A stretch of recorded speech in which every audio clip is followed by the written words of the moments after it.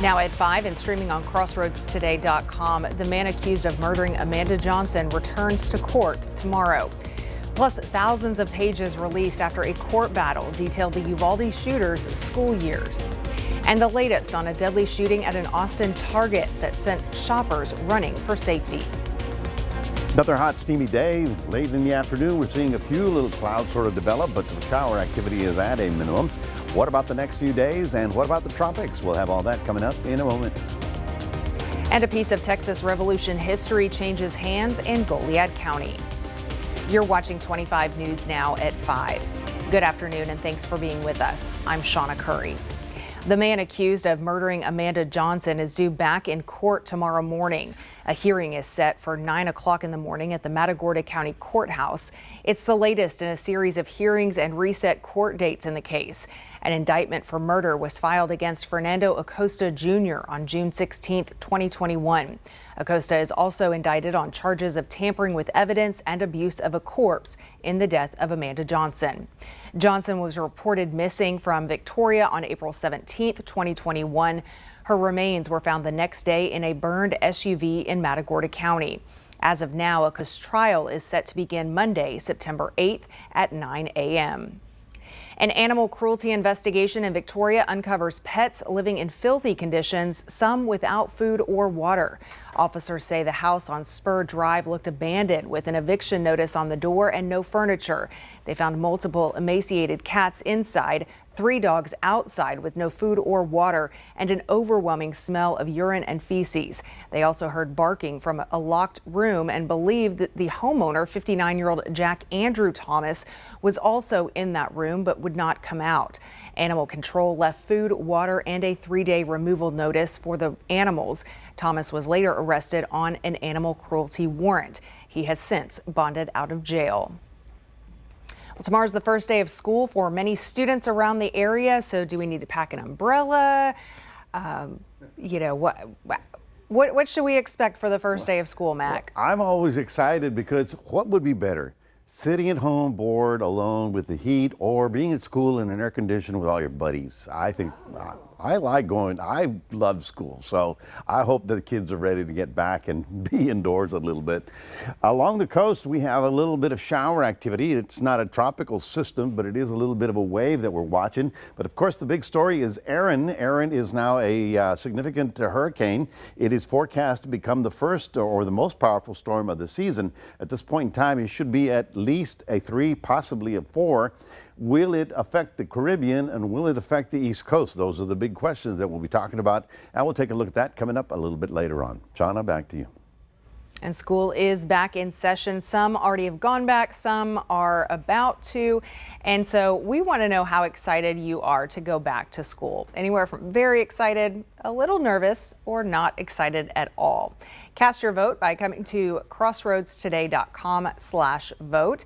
And pretty neutral right now, but leaning toward not excited at all. So I assume these maybe are the students that are voting and not the parents. I don't know. Here it's moving even more so not excited at all, but the average is a little nervous. But we hope everyone has a great first day back, and we will have full back to school coverage tomorrow. But if you haven't weighed in yet, again, come to crossroadstoday.com/vote and let us know. Cracks in the road, craters in your commute. Potholes are more than a nuisance. They can damage cars, drain wallets, and frustrate drivers.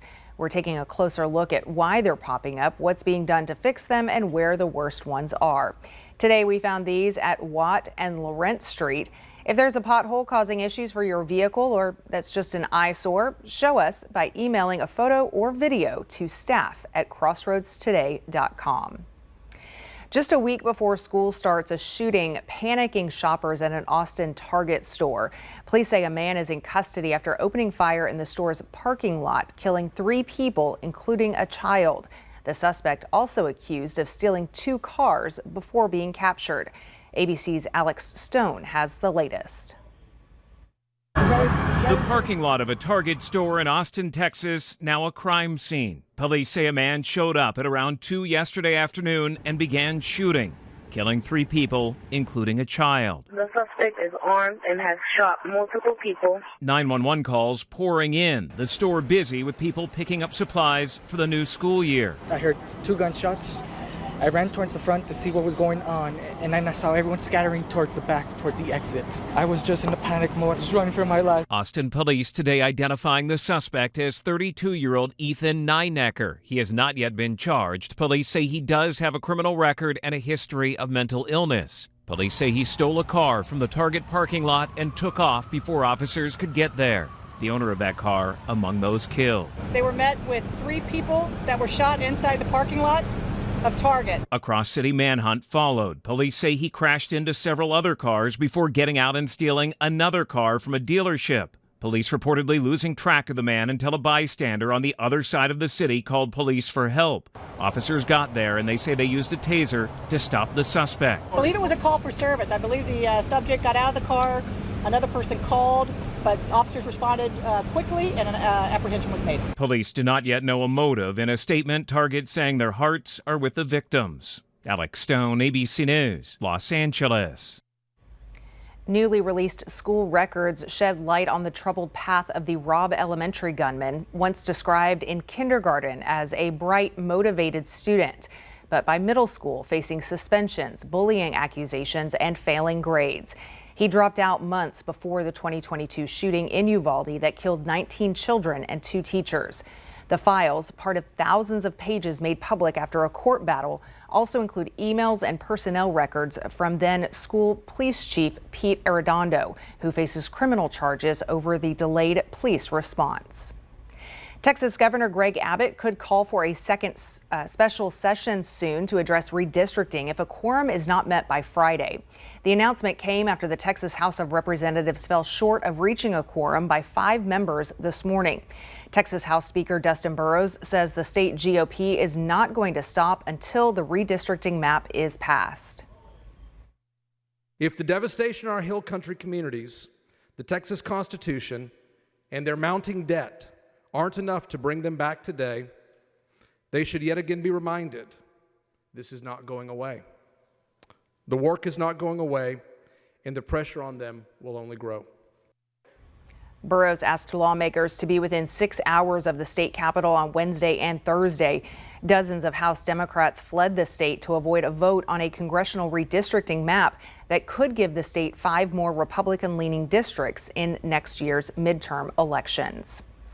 Texas Attorney General Ken Paxton on Tuesday asked a Tarrant County judge to jail Beto O'Rourke, claiming he violated a previous order saying he cannot financially support Texas Democrats who left the state to delay passage of a new congressional map. To read this full Texas Tribune article, come to crossroadstoday.com. A historic part of Goliad County is now in state hands. Goliad County commissioners voted Monday to sell the Fannin Monument, the Angel of Goliad Plaza, and nearby county land to the Texas Historical Commission for $500,000. In return, the state will put about $1.2 million toward restoring the county's historic courthouse. The Fannin Monument honors Colonel James Fannin and over 300 Texian soldiers executed after the 1836 Battle of Coleto during the Texas Revolution. The Victoria City Council will hear an update on the city's water system at a special meeting tomorrow night. Mayor Dwayne Crocker will present the latest findings from the Water System Review Subcommittee. The meeting starts at 6 p.m. at City Hall, which is at 107 West 1 Lynn Street. And remember, we're streaming 24/7 on crossroadstoday.com, so you never have to miss any of your news. Stay with us. Straight ahead on 25 News Now at 5. The Department of Government Efficiency wins a major legal battle. What it means for your privacy. Plus, why access to COVID vaccines for young children could become more complicated this fall.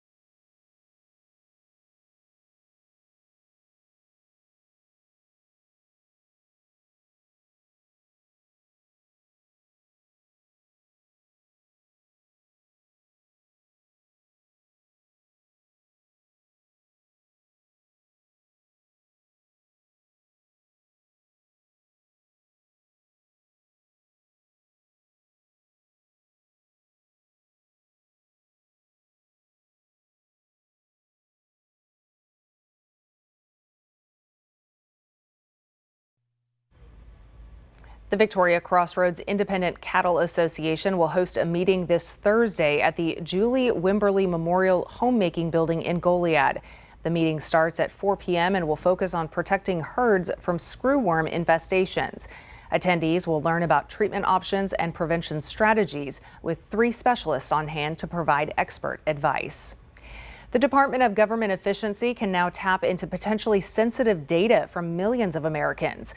A federal appeals court in a 2-1 decision overturned a lower court ruling that had blocked that access. The agency can pull information from the Treasury, Education, and Office of Personnel Management.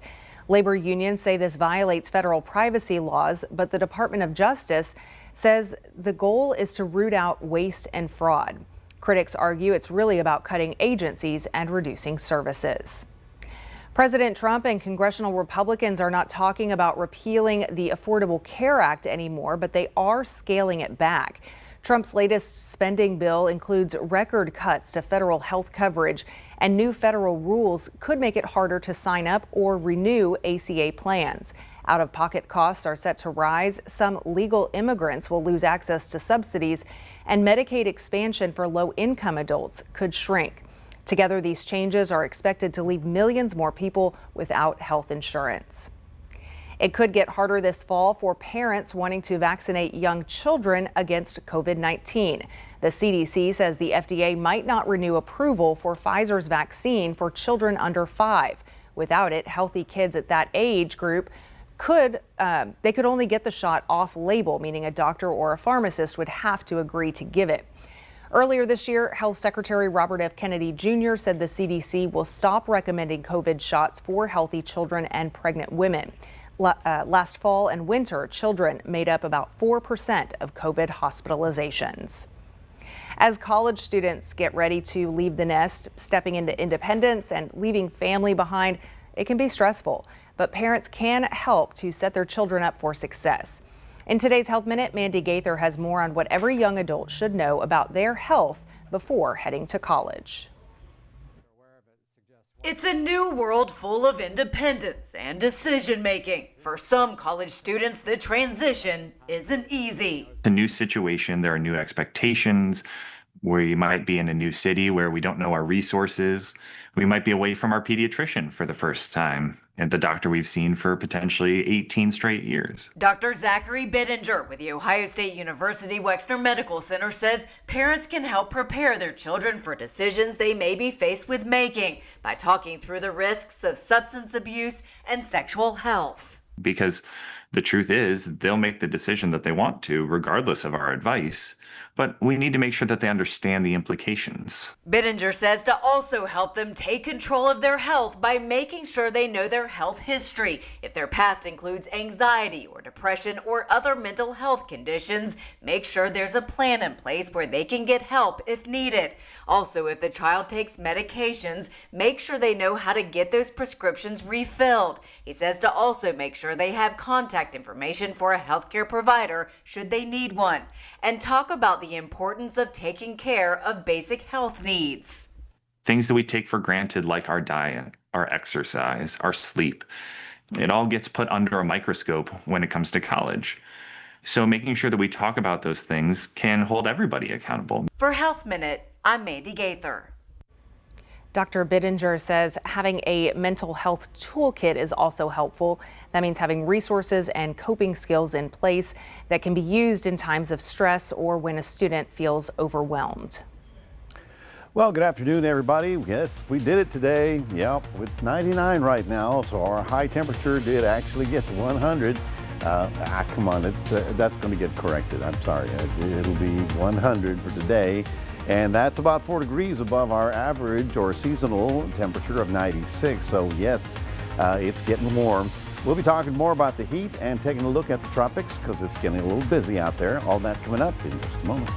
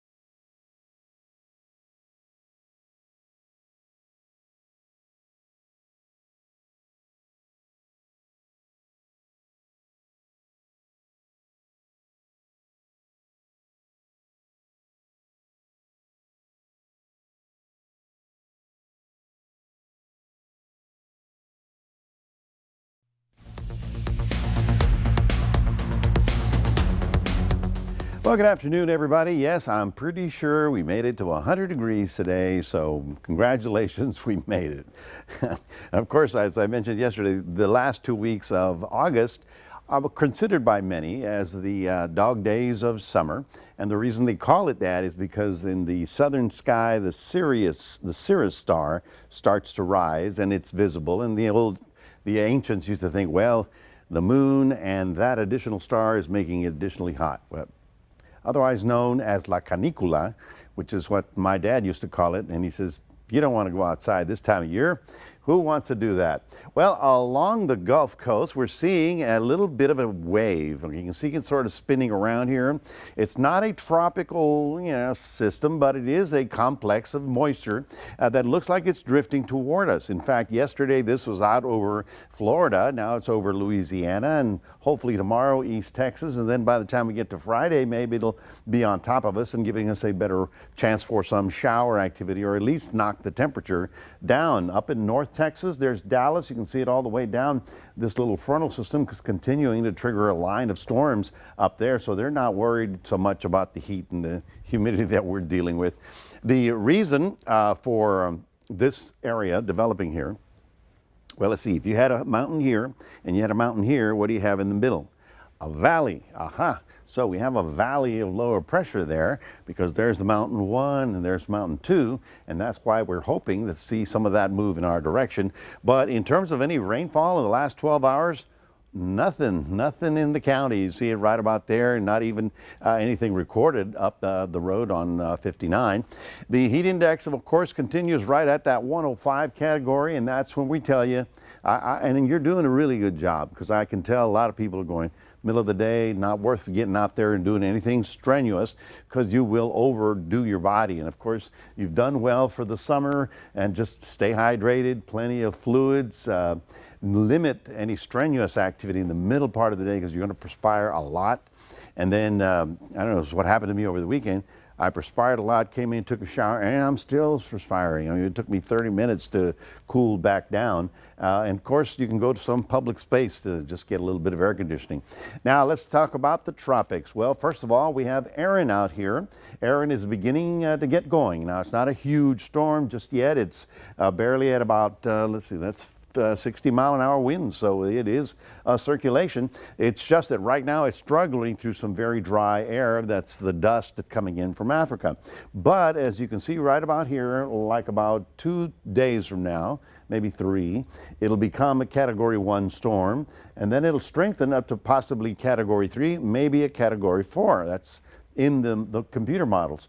That will go very close to the north of the Caribbean islands. Not a direct hit, but they'll get something out of it. But then the big question is, what about the East Coast? Computer models right now take it and turn it around and make it a fish storm. However, I don't want everybody to lower their guard. You just got to consider that that is going to be somewhere along the east coast of the United States early next week. So let's take a look at your forecast tomorrow. Port Lavaca, plenty of sun. Oh yeah, we've got plenty of that. High temperature topping out at about 95. 1 or 2 little afternoon showers possible, and hopefully a little bit more of an increase as we get closer to the weekend. 96 in Cuero. Here's the tropical moisture sort of pushing it up to about 40% for probably Thursday night, Friday, and Saturday, and then decreasing for early next week as the summertime rolls along. But then, hey, the kids are in school, so that's a good sign. That's your 7-day forecast, reminding everybody we do have a QR code. Love for you to scan that, put Crossroads Today on your phone. Shauna, back to you. Up next, Walmart faces a multi-million-dollar settlement over customer complaints. We'll explain why.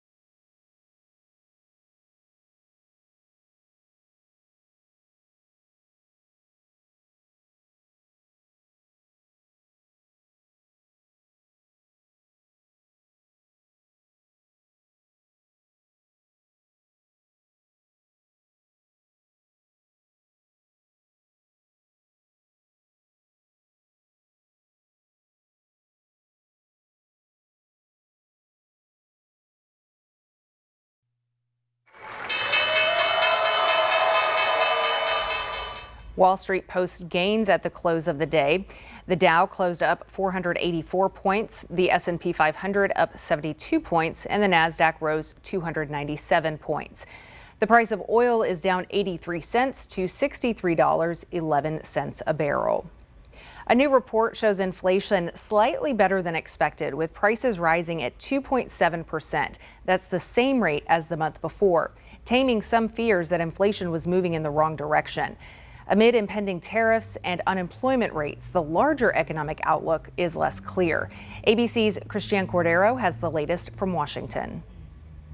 Today, the White House is touting a new report showing inflation holding steady in July at 2.7%. Inflation beat market expectations once again, and inflation remains stable. However, core inflation jumped 0.3% or 3.1% year over year. The report comes at a crucial time. Before July, inflation rose for 2 straight months. And after revisions to the May and June jobs report showed hiring was weaker than expected, President Trump fired the commissioner who oversees both jobs and inflation. The commissioner is part of a team of economists and does not have sole control over the report. Still, Trump tapped Heritage Foundation economist E.J. Antony to lead the bureau.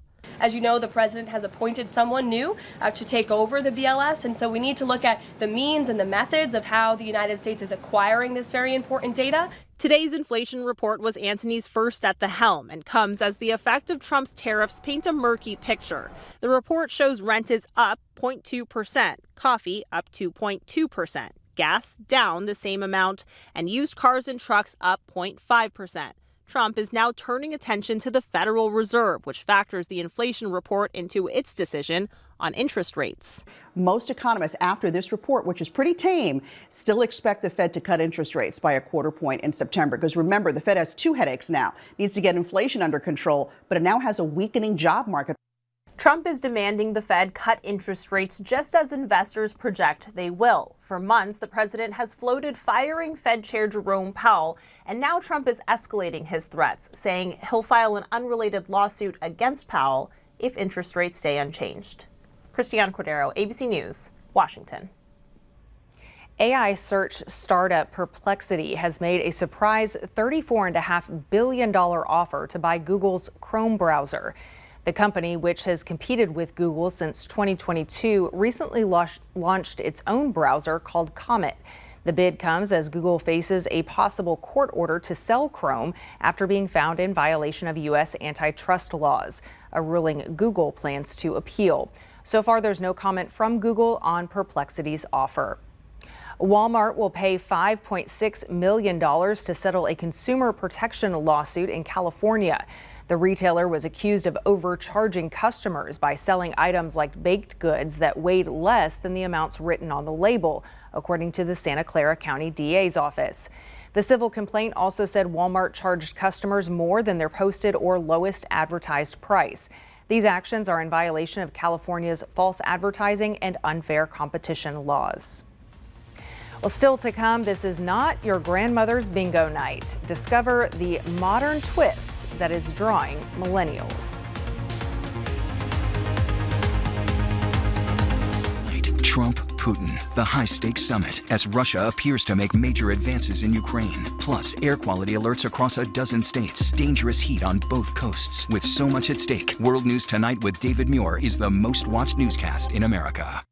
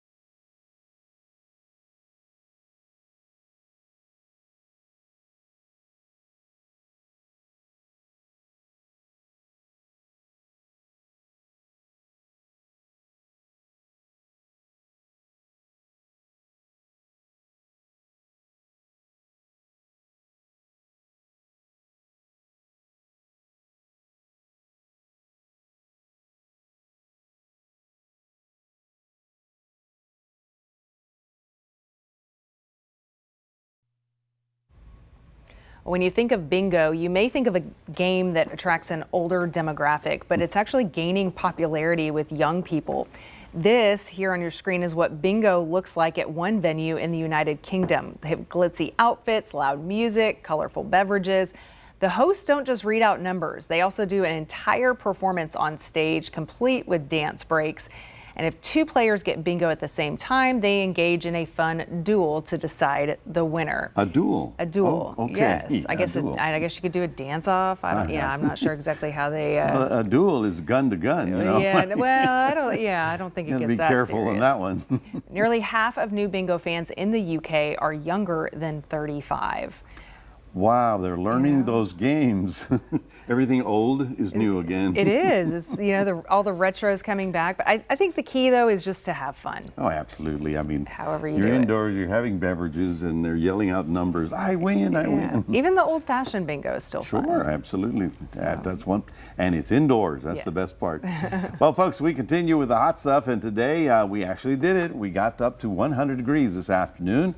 Tomorrow in the 98, 99 columns. And then hopefully a little bit of an increased chance for showers on Thursday night, Friday, and Saturday because of the arrival of a tropical wave coming across the Gulf. Other than that, we watch the Atlantic to make sure Aaron stays over there. All right, those kids that have to walk home from school in the afternoon need to drink lots of water. Oh, yeah, absolutely. They should really just take it easy because school's in session. Yep, that time again.